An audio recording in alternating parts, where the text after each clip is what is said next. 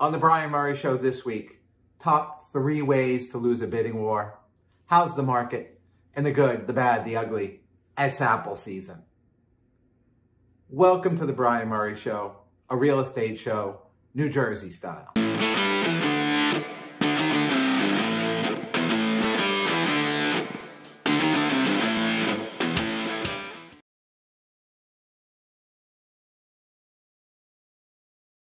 So we're going to jump right in with our today's discussion, which is the top 3 ways to lose a bidding war. And number 1 is really number 1, and it's having the wrong agent. And I mean that not because I am an agent, but because it is the most critical piece, is having the right agent.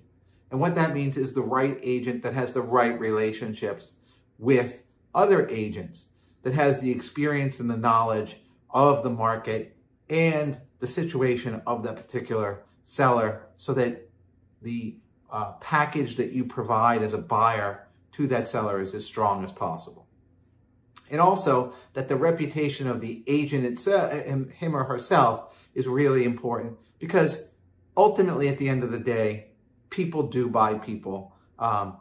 When the price is pretty close, when the offers are very close and they're very marginal, the real key is, can the seller get a deal done?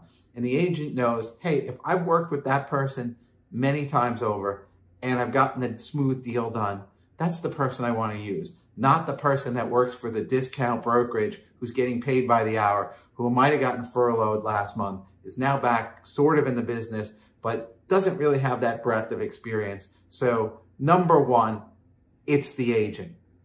Number 2 and 3 are really it's the agent, but number 2, how to lose a bidding war, having the wrong mortgage person. It's just like using a discount broker for, to be your agent.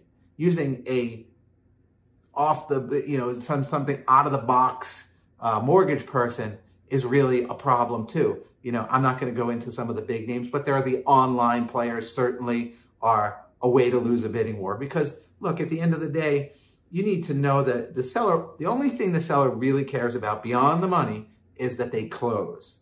And that's really what they care about, is they close. And if you have somebody who's bringing in a mortgage from, an online, something you see online, where you just fill out some information and you get a mortgage pre-approval in 10 minutes, that is not a pre-approval. Having it from a big bank is often not a pre-approval. You can do that online with all the big banks that are out there. Hey, fill it all out online and here it is. Having a pre-approval from a local person that all of the agents know, that's key, because they know that their word is gold. For me, it's Joe Berg at Pinnacle Mortgage. I've used Joe for nearly 2 decades now. And personally, when he puts a stamp to it, it's gold. And number 3, the 3rd way to lose a bidding war is to have the wrong attorney. Yeah, everybody talks about the agent and the mortgage person, but the attorney as well. If somebody's going in with an attorney that is known in the business, again, and works the market and knows the other attorneys, that's somebody you want to use. If your brother-in-law is doing you a favor to save $1,000 by being the attorney, and they work South Jersey and you're buying in North Jersey, that's a nightmare. It's right on the letterhead who the attorney is, where they're based out of. If the other party doesn't know the attorney, and they don't know the mortgage person, and they don't know the agent, you're dead in the water. That is it. I mean, in a bidding war situation, sellers want certainty.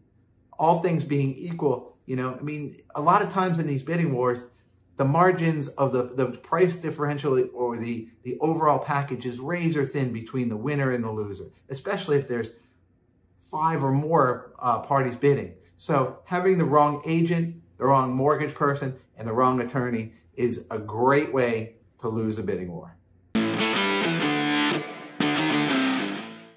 Today's hot topic, how's the market? This week in market numbers, Hoboken, Jersey City, today is October 6th, 2020. So let's start with Jersey City. There are 307 active homes on the market in Jersey City.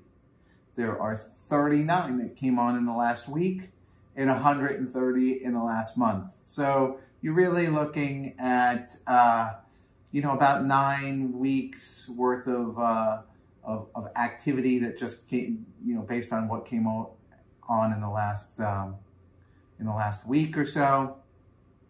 The under contracts are 59. So if you look at that in terms of months of inventory, that would be about 6 months of inventory for Jersey City. And if you compare that to a couple of weeks ago, the number of contracts in Jersey City has actually risen. So as I predicted, Jersey City was a little bit lagging Hoboken in terms of their activity, but you can see now that they're starting to pick up the pace regarding the number of contracts. Days on market for those contracts are 43. So that's the average days on market. So, that's not really surprising that homes are taking a little bit of time to actually get under contract. And the number sold in the last 30 days was 46 homes that were sold in the last 30 days in Jersey City. And the average discount on that was 2.4% discount versus ask price. Now that number is actually, the discount has actually gone up. So there's more of a discount than there was a couple of weeks ago when you're starting to look at what was sold. I think that has a little bit to do with the fact that, the market there is so many homes on the market, and, you're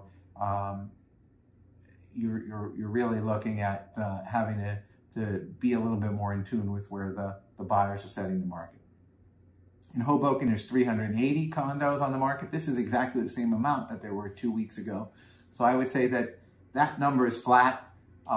54 came on in the last week and 189 in the last 30 days. So half of the condos in Hoboken came on in the last 30 days.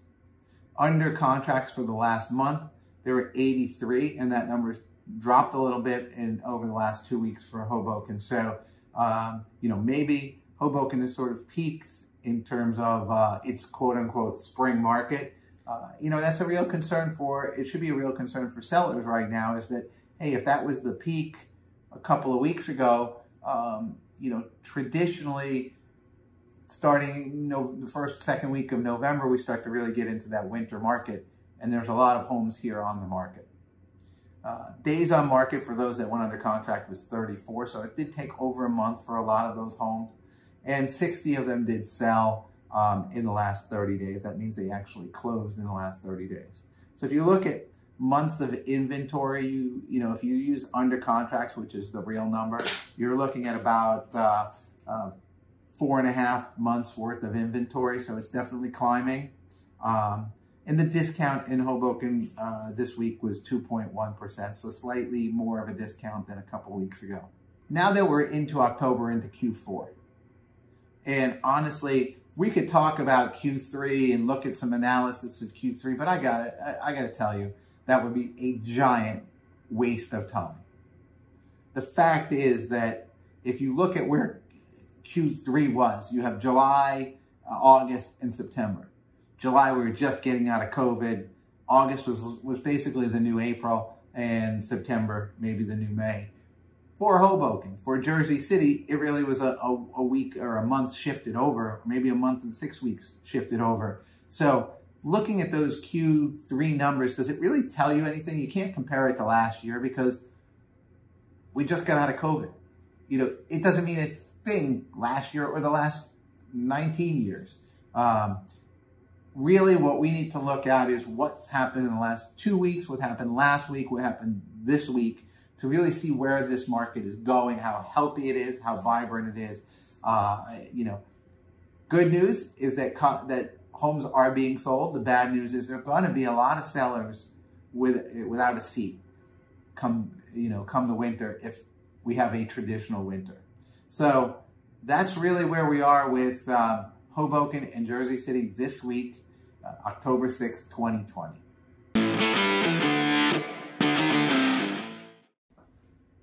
The good, the bad, the ugly. better known this week as the good, the bad, the best. So the good. Did you see that in Hoboken that they found an old bowling alley doing a renovation on 4th and Washington Street? Now, I grew up bowling, and I was a bowler as a kid.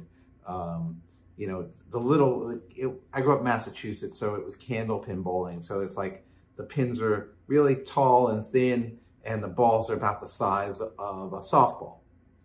You get 3 instead of 2, and they don't clear all the knockdown pins. You just play it as it lies. So very much more a thinking man's game, with every shot being very different than, say, the regular 10-pin that you typically see on TV or most people have bowled. Anyway, so the good is that there used to be a bowling alley here. The bad is that there is no bowling alley here. They tried to put one up in the northwest part of Hoboken. That got shot down by zoning, and because zoning doesn't let anything happen here. It's still waiting for the Shake Shack. Nothing goes through zoning except CBD, apparently. If you do medical marijuana, have at it. But if you want bowling or you want a Shake Shack, no way, Jose.